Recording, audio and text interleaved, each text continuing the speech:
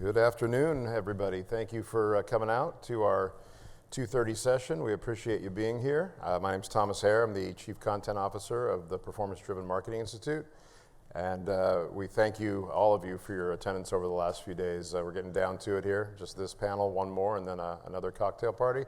But we're sort of in the home stretch. But we've got this panel and the next one, some great content left to go. So want to welcome you and say thank you to our educational session sponsor, Pacific Media Technologies.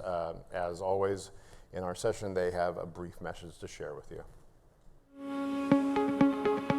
I started PMT to apply the principles that I learned in the live television business to the DR delivery business. What makes PMT different is our people and their dedication to this industry. Quality is the key to what we do, and as the DR business changes, we'll be changing with it and we'll be ahead of the game. Pacific Media Technologies.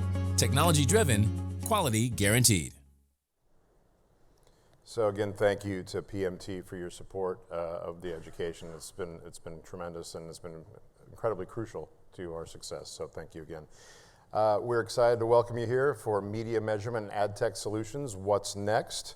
You know, during the first couple of years of this decade, an already expanding AdTech and audience measurement provider universe seemed to go into overdrive as media outlets, media agencies, and the clients they serve sought out new and definitive currency solutions. What once was a marketplace with clear leaders now feels fragmented and cluttered.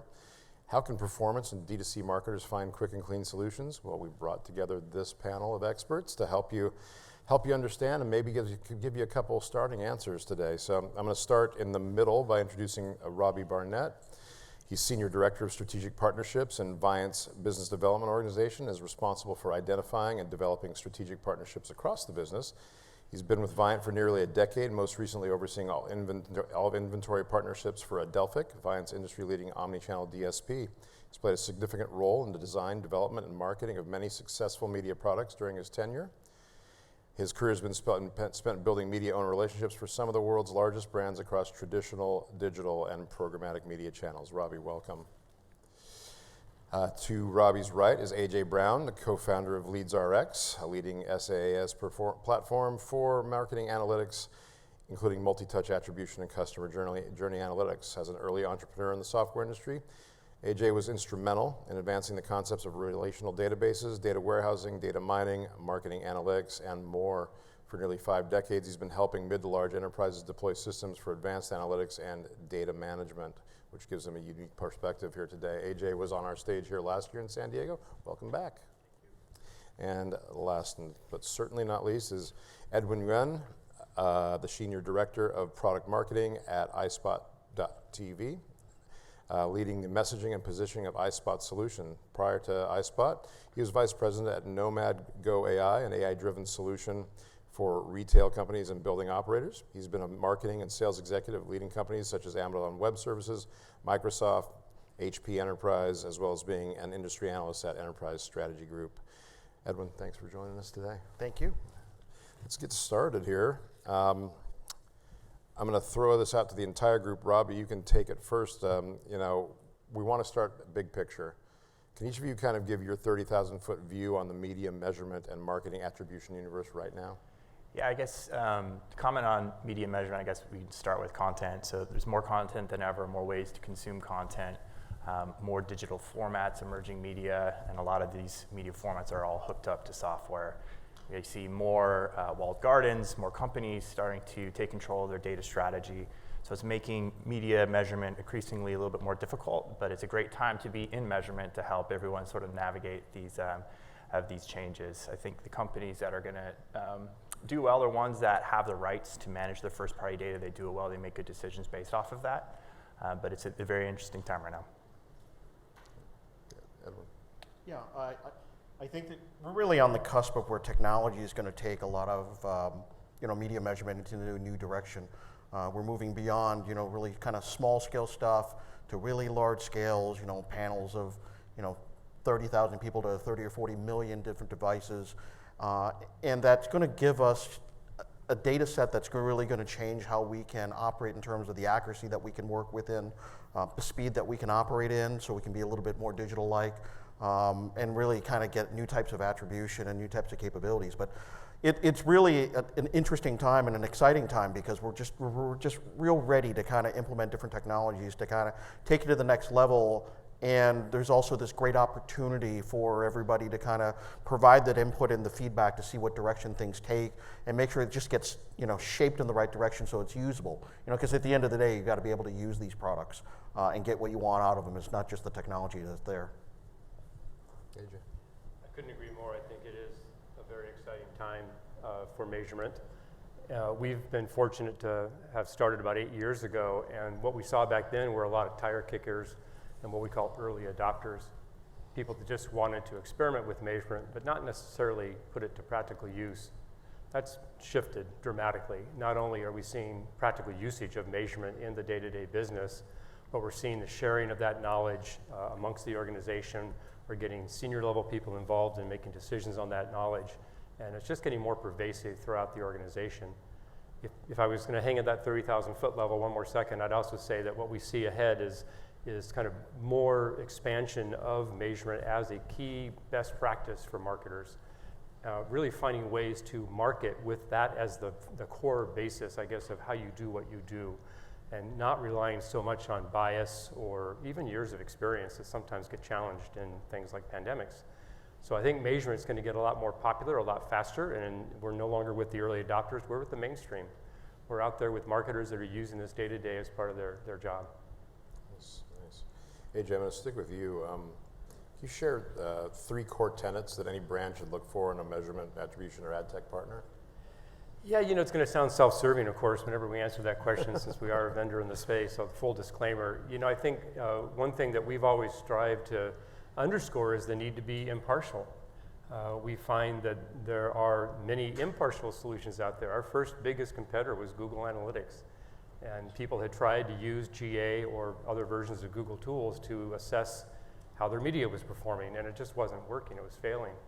So part of that was the lack of technology, but part of it too was just the perception that there was a bias from Google with Google ad sets. I'm not here to say whether there was or wasn't or is or isn't, but the point is that if you start with an impartial kind of methodology or as a core tenet of your measurement philosophy, go look for vendors that don't really have an association with that media company. They're not owned by a media company. They're not owned by perhaps even a marketing agency, but they have sort of an independent view, if you will, of the measurement. I think number 2 core tenet for me would be cross-channel measurement. Measurement's great, but the only way to do apples-to-apples comparison between something like television and a digital ad is to have a tool that can accommodate that can look at that and neutralize or normalize really the data you're getting out of it so that you can do an apples-to-apple comparison. In the early days, we saw a lot of fragmented solutions. Here's what you use for digital measurement. Here's what you use for direct mail. Here's something else for perhaps radio or podcasting. But now we have cross-channel tools where you can kind of put that in one big box. And I think the third main tenet to look for in a vendor would be just sort of longevity and being part of something bigger.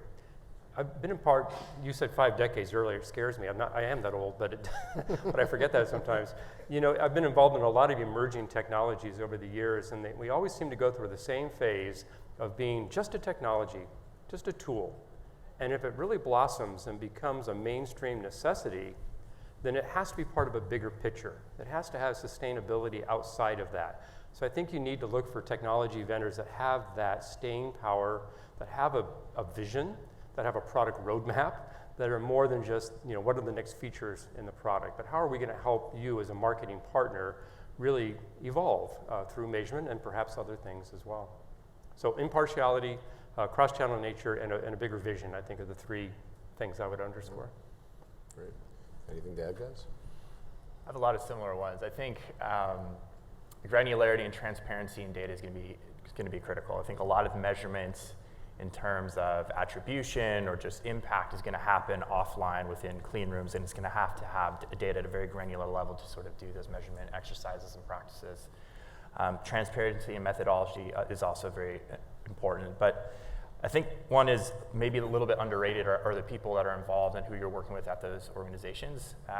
Customer service is very important, especially when you're navigating a changing ecosystem like measurement. Make sure that you're working with someone that's going to help you out, help develop your perspective further. And kind of just to piggyback on some of yours, making sure your long-term strategy aligns with theirs, right? Are your incentives aligned? Is also pretty important, and some of the features that I've seen work out well with our partners. Yeah, and I think the three that I have, and it can be a little bit self-serving, but they are what you want to look for, is driven by some of the technology advantages. So the first one we always talk about is accuracy. In order to make the right decisions, in order to have the right understanding, the data that you're getting has to be accurate, because otherwise you make incorrect decisions. And we can really leverage things that maybe not have been used as much in the past, those really large panels that I talked about. Going with really a deterministic type analysis and really trying to figure things out directly is the way to really increase your accuracy. The second one is speed, and that is getting the information as fast as possible, getting it within days and hours, not weeks and months. You know, this is about making changes and making optimizations. And you know, the analogy I always tell people is like, you know, we all drive around, we've got, you know, Waze or Google Maps or something like that, and it could tell us if there's a traffic jam and we could make a change right now. But if you really think about it, you know, without that speed in advertising, it's almost like getting the information after you've already been there. It's like 20 years ago, you get home and you're like, oh wow, there was a traffic jam on the road. That's why I was stuck for an hour and a half.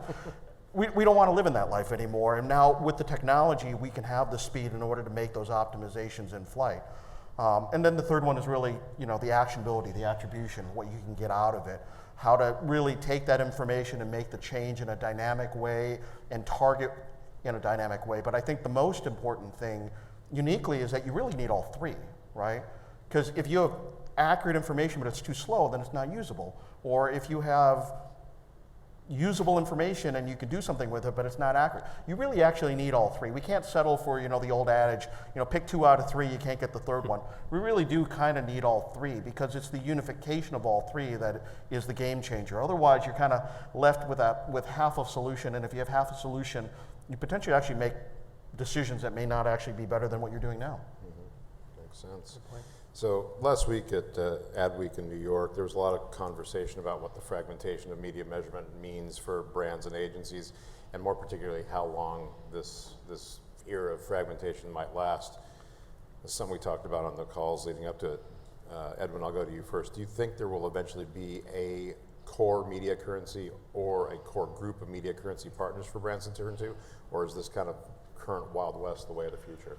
Yeah, I think longer term, and we've all talked about it, and I've talked about it different areas, and we thought, I don't think you're going to end up with this Wild West of 20 or 30 different agencies, but I don't think we're going to go back into a monolithic type currency or a monolithic type measurement. There are going to be probably, I would say, 3 or 4 vendors out there that are going to be standardized, and some might do, you know, things a little bit differently or have different types of measurements. But I think the fragmentation will go away, but it's still a significant time of change if you really think about it, and you know, it's almost surprising to me that I've forgotten about it sometimes.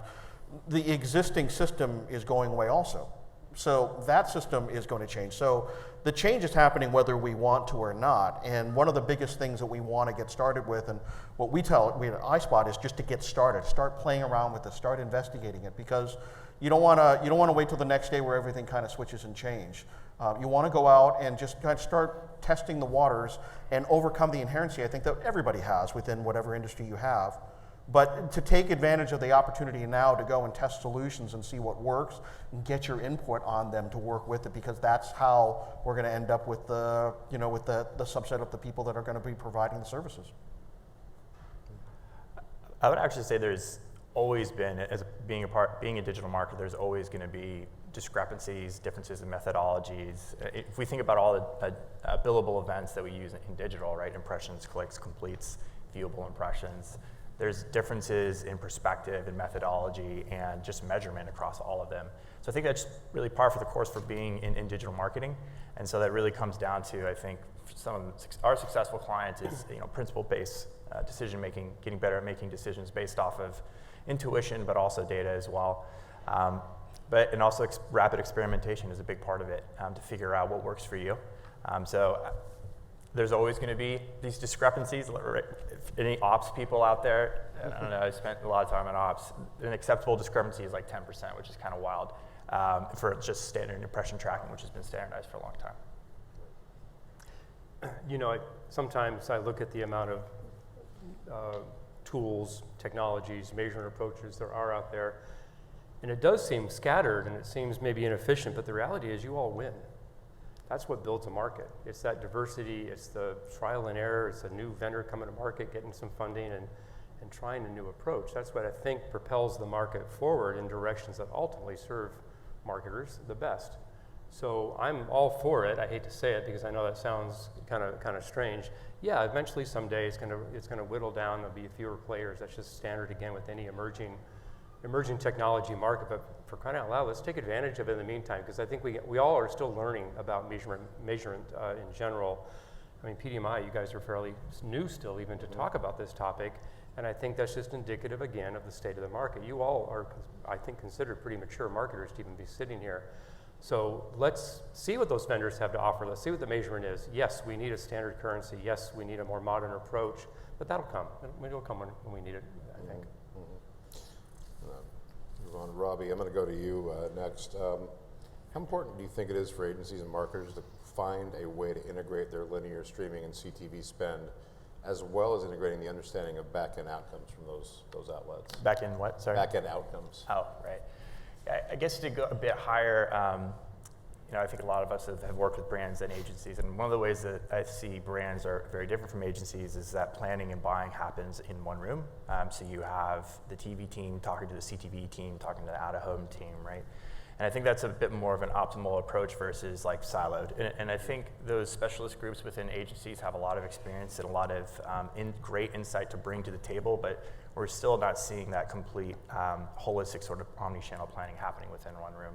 Technology helps enable that. So when you have a platform that you can log into and do all those things and course correct quickly, that helps. But I think we can all intuitively understand that a more omni-channel planned approach with everyone in the same room is a bit more optimal versus siloed. Anything to add, guys? Makes sense. Edwin, obviously, quite famously, iSpot served as currency partner for NBCU's Upfront this year. Wondering if you could share with us some big picture outcomes and what maybe allowed you to find out about the current marketplace as a whole. Yeah, it's really interesting. I mean, one of the big things that we did was we did this big test and learn with NBCU back in March, and it was the largest test and learn for these new currencies, and we tried different things. We had 67 different advertisers covering most of the major agencies, over 150 brands. Each brand averaged, I think it was like over almost 550 million impressions each. And as we measured it, and we just kind of wanted to see what we saw over time. And there are some interesting results of that. I mean, one of the things that we kind of noticed that, at least for NBCU, the upfronts, about 40% of their deals now are going beyond the traditional just age and gender guarantee. So they're looking to expand and find different things. But probably the most interesting thing is that we measured the balance between the streaming and the linear in terms of the advertising. And the average amongst all the advertisers is about 9% streaming and 91% linear. And the analysis that we found is it should be about 30 or 40% streaming and about, the opposite of linear. And the limitations on that is some stuff that we've been working on and everyone else is talking about. It's really getting cross-screen. How do we get the data to see across and understand how we deduplicate and get the incremental reach so we know that we're not bombarding people or just hitting the same people with two different methodologies. And the other one is really the ability to optimize those ads, ensuring they sit there and say, okay, well, I'd like to spend a little bit more in streaming, but I need to make sure that it's not just me reaching the same person I'm getting with linear. How do I make that differential and how do I optimize those ads? And so a lot of the technologies that I've talked about, which is, this broad panel, these new type of technologies, and the speed and the capability, that's going to drive that analysis to drive that return on advertising spend so that you can get to what we think is the optimal spend between, streaming and linear, not just the spend, but in the end, reaching the right people. So that's probably the biggest takeaway is that there really is this optimal spend is really shifting out, and that we just need to make sure that we're giving the information and then the actionability in order to solve that problem. Makes sense. Robby, I'm going to go back to you. This is something we talked about when we were doing a prep call. and that there was a lot of similar fragmentation issues in the digital realm, that the IAB really took a forward-leaning move and minimized that by standardizing terms and definitions. Do you think that's doable here in the linear streaming connected TV space? If so, who might be in position to do that? Yeah, I think some of the unseen benefits of attempting to create standardization is you have a bunch of different companies that probably wouldn't have spoken with each other, talking to each other. I've been participating in the IAB Tech Lab for a couple of years, and I can just say they're a little slow when it comes to producing standards and documentation, but those conversations have a ton of value for all the companies involved. I think if anyone was, dabbling with viewability across video years ago, there are all these different vendors. It was rough for publishers and advertisers. You had several different vendors, agencies making their own methodology standards, and it's gotten a lot better through, I believe, some sort of standardization. And to be clear, the standardization is more about how to treat data, not the data itself. I'll give you an example. For a viewable impression, the ad has to be in view for X amount of time, X amount of pixels, right? So that's the standardization we're talking about. Once you get the data, this is how you treat it. Less like, oh, you should get the data from this source, or that data is bad. It's, once it comes in, this is how it should be treated. And we're seeing a new sort of a tech lab group that just started a little while ago is around clean room, and it's clean rooms in general. And again, it's about the treatment of the data prior to putting it into the clean room, which is gonna be very important when it comes to privacy, compliance, and working across partners as privacy and personalization change, not only from a legal level, but one of the speakers before this said, brand level too. There are certain brands that have different perspectives on personalization that need to be adhered to, and so all of those different factors are only really able to be implemented in almost like a SQL-based queryable environment that a clean room would support. Yeah, AJ, I see a lot of nodding. You want to add? No, I couldn't. I think you're exactly right. I think what the AIB did was phenomenal, but I don't know if anyone's seen that document. It's like 70 pages. It's massive. And there's not as many answers as I wanted to see. So I would like there to be some more standards, especially for the connected TV world and linear broadcast and whatever, but the reality is I think we've got a prototype to work from, and we can start with that, and we need to iterate a little bit more on it. And I think probably iSpot, you're in the best position to lead that, please. Yeah. Because we do need it. Yeah, and we've been working a little bit on the standards. I mean, some people might know we've been working on this thing called continuous play, which is the problem where ads are being delivered on televisions that are off. And there's a lot of effort to develop a standard, not just to fix that problem, but to develop the standard of how do you ensure that when an impression is made, that someone actually viewed it, that it's on a television that's got the right input, that it's not turned off, it's not just running in the background. That's something that we've been working really hard on, but it kind of aligns to those other areas that we just have to, it's about ensuring what the outcome is, not defining necessarily what it is. Makes sense. AJ, I'm going to swing it back to you. Obviously, we're talking about all of these different inputs, currency options, and all that stuff's coming into what you guys do on the attribution end of things. Right. How are you finding ways to apply it and better some revenue-creating conversion to your clients? There's a lot of ways to measure ad success. I think a lot of people started with, is our website traffic increasing or not when we put out a new ad? And that's a great place to start. Anything you do in measurement is better than nothing. But then you can also look at, do people reach a certain page? Do people fill out a form? Did they actually buy my product? There's a lot of steps in that funnel that can help us understand better, perhaps, the value of that advertising medium. At LeadsRx, we often talk about conversion analysis and the ability to really understand, is the media driving a particular conversion outcome that's driving revenue for your company? So while it's important, in my opinion, to have a standard currency on the front end, there needs to be a currency on the back end as well. There needs to be a way to measure, again, apples to apple comparisons, a Google ad set versus a linear TV ad set or a podcast ad set. All of that has to come together in a single solution from an attribution standpoint, a measurement standpoint. And I think that's where conversion analysis comes in. But it's not just saying, yeah, we got a conversion out of it and these two channels are involved. It's what triggered the conversion? What was the human instinct that led to that? Can we get closer to modeling that effort? Was there were there words that were used on our website or our landing pages that maybe triggered that person to convert as well, not just the ad, but when they got to the website or whatever they're going to do to purchase a product, let's say, what are we doing to help that problem? How do we do A/B testing on ads more efficiently? How do we get better language out there on the front end of that? All of those have to come together, and that's again what I was talking about earlier about, look for vendors that have sort of this vision and a roadmap for you to take you to those places. You may not be ready for it now. Don't jump the gun by any means, but when you are, those are really cool things that probably involve artificial intelligence, and I don't want that to frighten anybody, but we can use AI for marketing's good, not for marketing evil, and it's worth keeping an eye on that. Great. Anything to add, guys, on that? Robby, I saw a lot of nodding there, so I wonder if you have anything there. I think we're going to get to some of the AI advanced analytics stuff in a little bit, so I'll spare the audience for now. Absolutely. I'm going to go back to you, AJ, but this is for everybody. And I think this is a conversation I've had with a lot of people over time. Do brands actually know what they want from a media measurement attribution partner, or are the agencies driving this bus? Who is the shepherd here in this situation? We've seen both, and we've seen it be very different, and sometimes we see great alignment on that.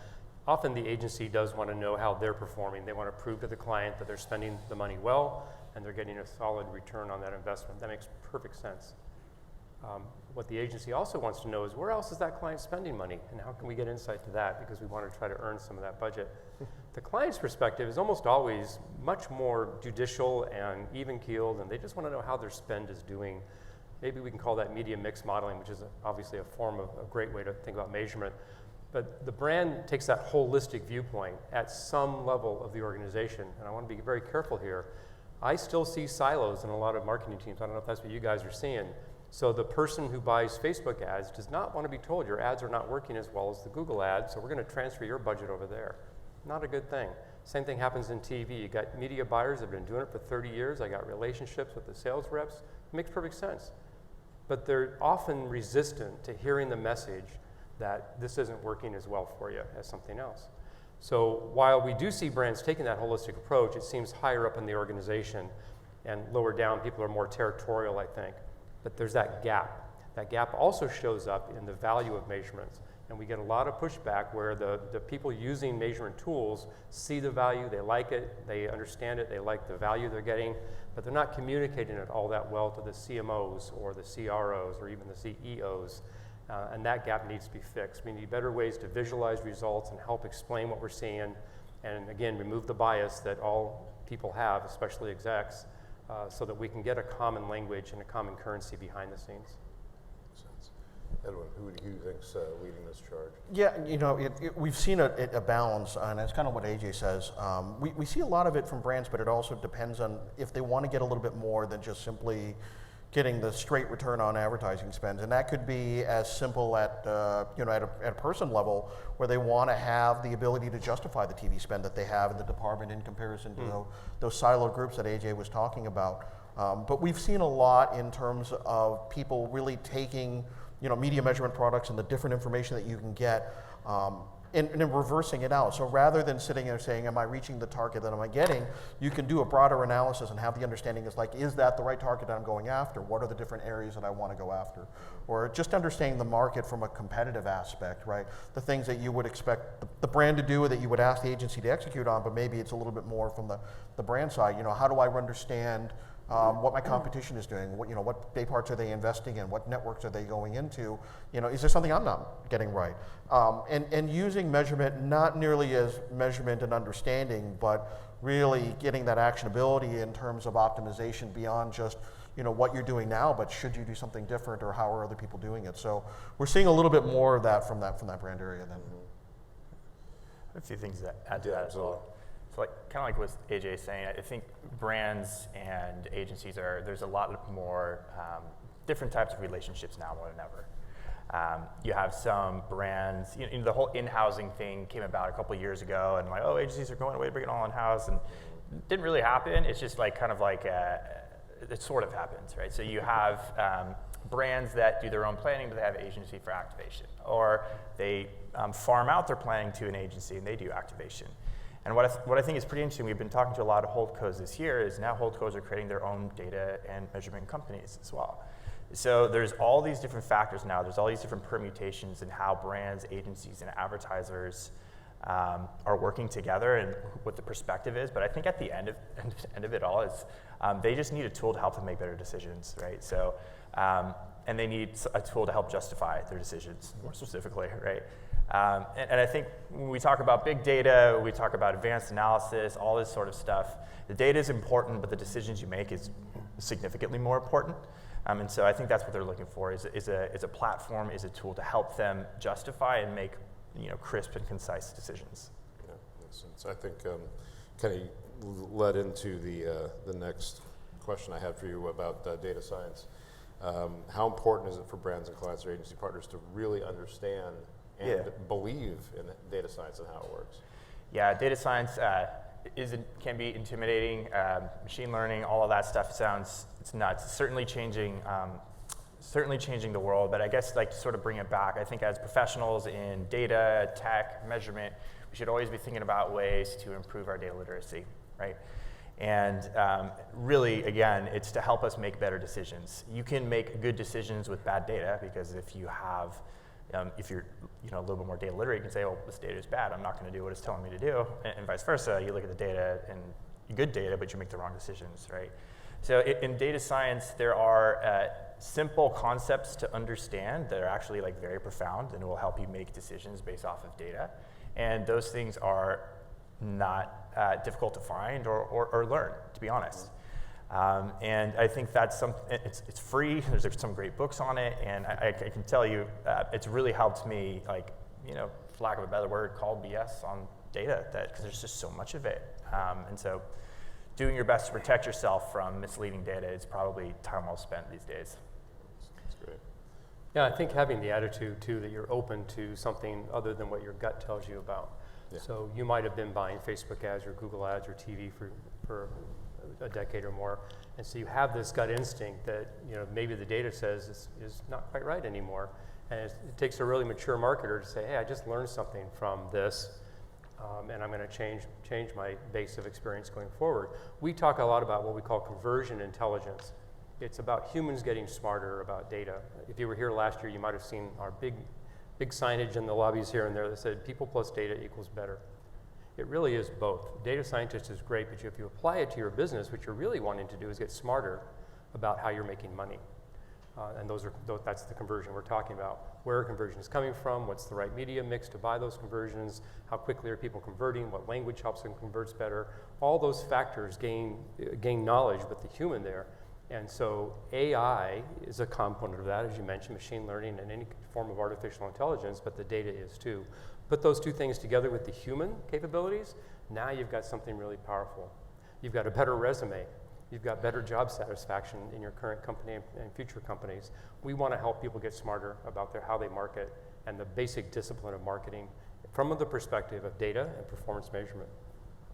Yeah, and I think there's a couple other things along those lines that's very similar. One, we always, in my background, and I've worked at a lot of these kind of data companies, one is data fusion, right? Grab different types of data and then combine them together and see what the conclusions are, or even an idea of what you see there. If we don't have data fusion, you never have a Reese's peanut butter cup, you get chocolate, you get peanut butter. But you could do that with data too, because you can take that information, what you suspect something, and then combine them together, because the output data from the fusion will give you a new type of metric that may or may not be, but in many cases will be helpful to you. And the other one is what I call iteration, or the quick testing. There is a cost to data processing, but if you can accept the cost of just doing that work, there's not a lot of risk in order to do that analysis. Do the testing and try different things, because what you're trying to do is find a new angle, a new data point, a new version or vision in order to get a different insight that you can then optimize thereof, and then standardize upon that. And then you can always leverage artificial intelligence and machine learning, which is difficult to get set up sometimes, but once you get it going and understand its usage, can really help the processing along. And then you can also then try different models. But this is really kind of what those is. You can do a lot of different tests. It's like trying to mix up something in a kitchen and finding out what the great flavor is. But now you're really doing it from a data point of view. And if you can invest a little bit of time, the output of that is going to be great. Excellent. Nice. I want to talk about the gut real quick, because I think it's like a very important point. When I started diving into sort of like data science, AI, machine learning, I was like obviously pretty intimidated, and I was like, oh, these things are just going to take my job, like, right? But the very first thing you learn when you start taking some of these courses is they say domain knowledge is paramount before you build anything, right? So you have to know all the caveats, otherwise you're going to get thrown down the road, right? And so when you go into some of these things, you should be confident that what you've learned, what you've spent time, your perspective is critical in your decision making. And oftentimes, algorithms, AI, and the conclusions can be wrong because they might not have been crafted with proper domain knowledge. Oh. Important. Before I get to my last question for you guys, I'm going to double back to a question that I kind of skipped over because I wanted to give some more perspective to it before we went to it. And it's basically kind of a yes or no question at the end of the day. Given the fragmentation of the TV universe in recent years, linear, CTV, OTT, across the board, do you think standardized methodology is necessary or even desired in today's performance marketing universe? And I'll give you first crack. Yeah, I think we want to have some standardized methodology so we understand and you have that and you can rely upon it, but I don't think you necessarily need one. You know, the goal of different methodologies is that different environments and different brands and different products are going to have, and honestly different advertising is going to have different outputs and different ways to see on it. And you know, in the best way, you'd want to have an optimized methodologies for each of them. So you don't necessarily need one standard, but having them standardized so everyone can agree upon them. But having that choice and that freedom, I think, is going to be good. I think it's better than the alternative, which is not, right? And like I was saying earlier, the process of coming up to a standards as a collective group comes with a lot of benefits that might be unseen. Again, a lot of the conversations I've been on, just from learning from that group, I've been able to take into our own organization to help our products. I also think there's naturally going to be different currencies because of the nature of privacy. And I think there's going to be some sort of like, I don't know what the difference, I don't know if there's a word for kind of a walled garden, but I think you're going to find more companies that have a lot more skin, that have a lot more to lose when it comes to data privacy, are going to give you a certain amount of transparency, but they're going to be grading, essentially, for lack of a better word, grading their own homework because they have way too much to lose if they're to expose their methodology or their user info to other groups. Yeah, I think we absolutely have to have some standards for establishing a base of currency and how we pay for media fairly, and make sure we get what we paid for in the process. I think when it comes to standard measurement, I don't know that a B2B, financial services company needs the same standard measurement that a company selling T-shirts does at a very different end of the market. I think what we all need, though, is measurement, and we need the same measurement consistently to look at movement and moments in time. It's got to be accurate. Couldn't agree more with what Edwin said earlier. Accuracy is probably, I should have said that as one of my tenets. It's absolutely essential. But if you have an accurate measurement system, just use it. Use it the next time, and the next time, and the next time, and then look at that trend. That trend is what's going to give you the insight you need to do a better job of marketing. If your methodology is different from your competitors or from some other esoteric market, who cares? I don't think so. I mean, I'm just pushing back a little bit. I think there's an opportunity there to pick the best of class ways of doing things. What matters most is that you understand it if you're using the tool and you can explain it. Because if that fails, you're done. You're going to lose your job. Just that simple. Great. Not great that you're going to lose your job, but great. Well, no, I'm just saying. Last question for me, and then we'll throw it out to the audience. If you leave the attendees today with two important pieces of information to carry away from today's session, what would they be? Edwin, we'll start with you and go down the line. You know, we've talked a lot about new technologies and new currencies and things like that. Two takeaways. One, don't let inherency hold you back from experimenting. There's an opportunity here right now in order to get involved in the process. Because we're on the cusp of something that's really going to be revolutionary rather than evolutionary. And you want to be part of that and start that process. You don't have to do everything, you don't have to switch over in a day, but you really want to get started in that process. And it's important to get that, that revolutionary type of new currency. I always tell people, if we only just evolved and make things better than what we had before, none of us would be driving cars, we'd be riding horses with roller skates on them because they go a little bit faster than a horse. This is our chance to do a car, or maybe go from a car to a flying plane. This is our chance to do it. The other one is a corollary to that. By getting involved, share your voice. Learn and understand what you can do with new currency and new capabilities and new media measurement. Learn what you can't do, and if it's not meeting your needs, speak up now.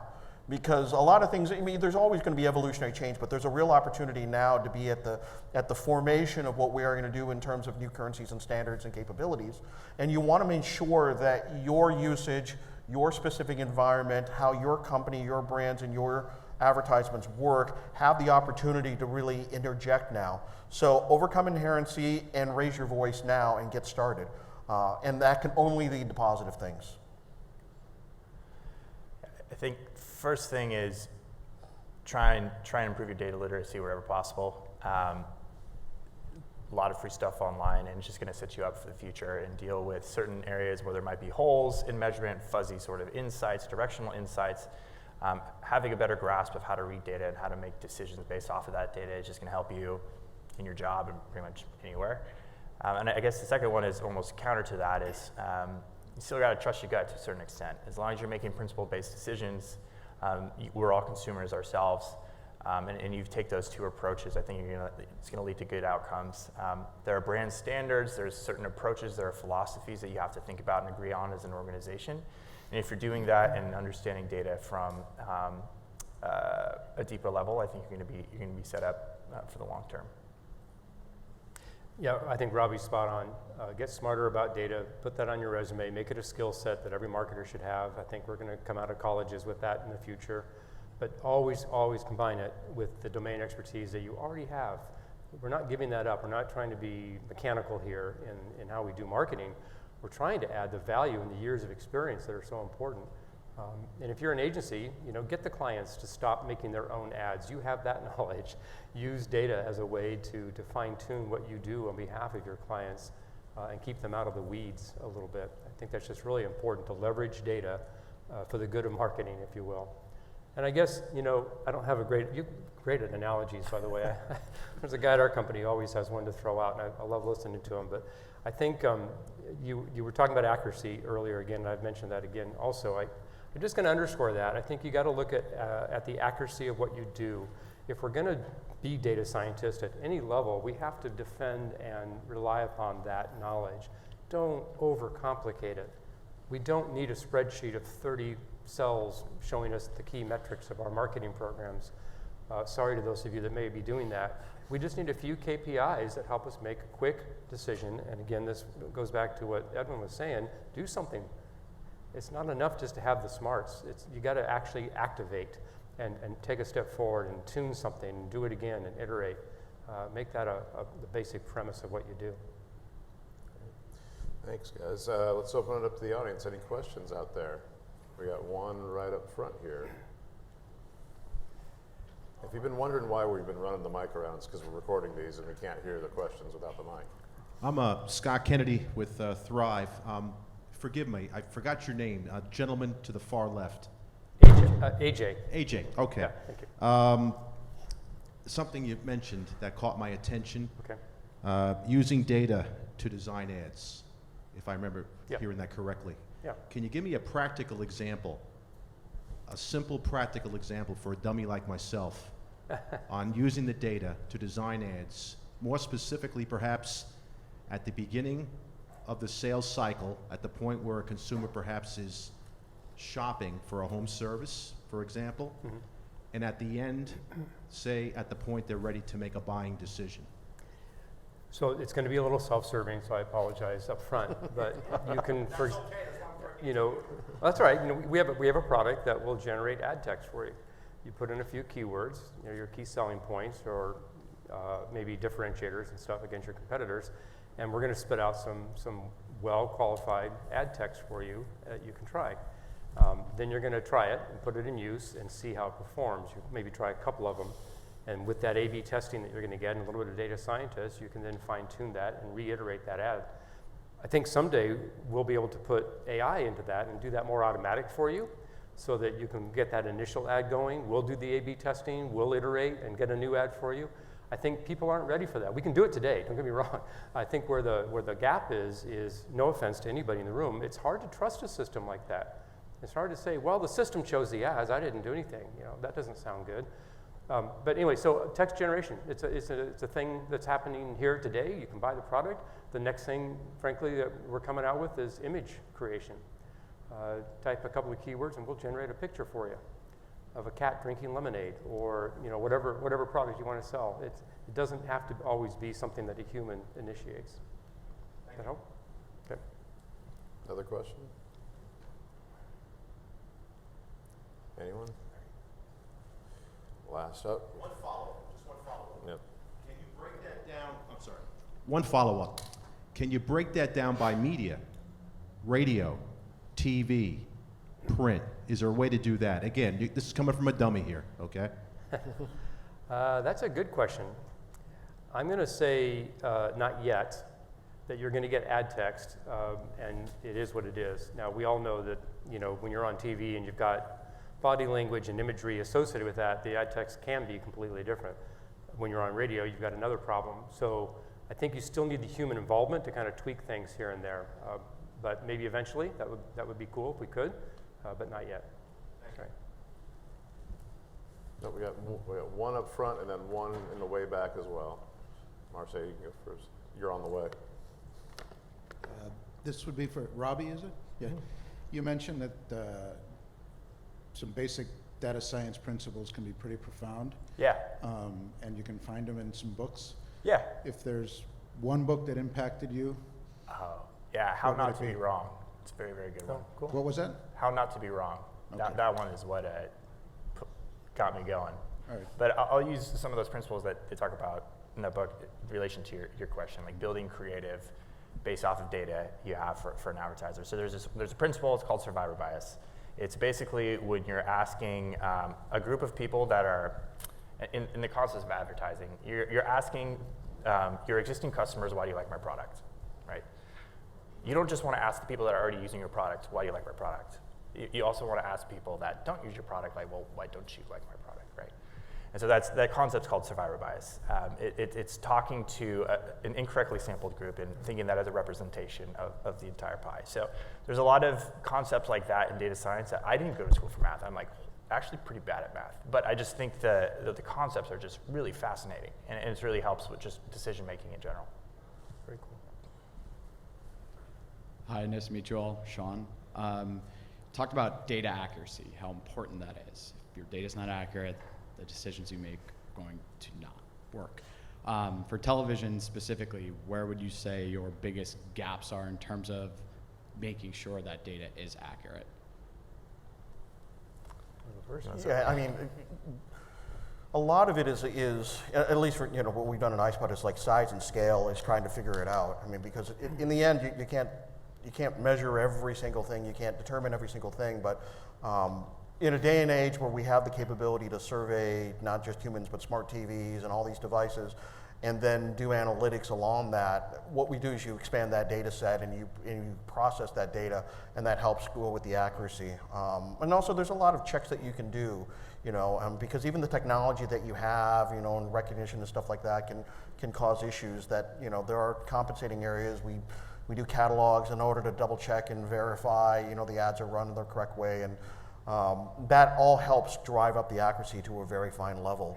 I've often says that the larger the data set and the more checks that you do, the better output that you have, right? Rather than just kind of guesstimating and estimating what you think might occur. I don't know if everybody has children, sorry for another analogy.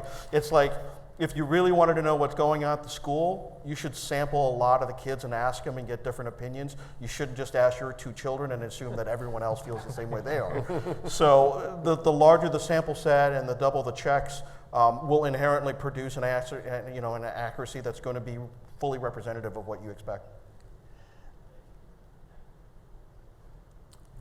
Anyone else? Looks like that's it. Thank you, gentlemen. Really, really appreciate it. Round of applause for you. Thank you. Well done. Next on stage at 4 o'clock, we're going to close out PDMIwest Education with one of our usual crowd favorites, the Media Outlet Roundtable. We have experts from Paramount and Family Entertainment Television here to share market observations, their implications, and tips for marketers and agencies on a wide variety of topics. Don't miss that. And then just 30 minutes after that session, you can join us at 2:07. Many of you, I can tell you from looking around the room, were very familiar with that last night already. 2:07 in the lobby for the Rockstar reception, presented by Lockard & Wexler Direct. Get comfortable. If you brought it, grab your favorite band t-shirt and join us to close out the show in style. So thank you all for attending PDMI West. We'll see you soon. Bye-bye.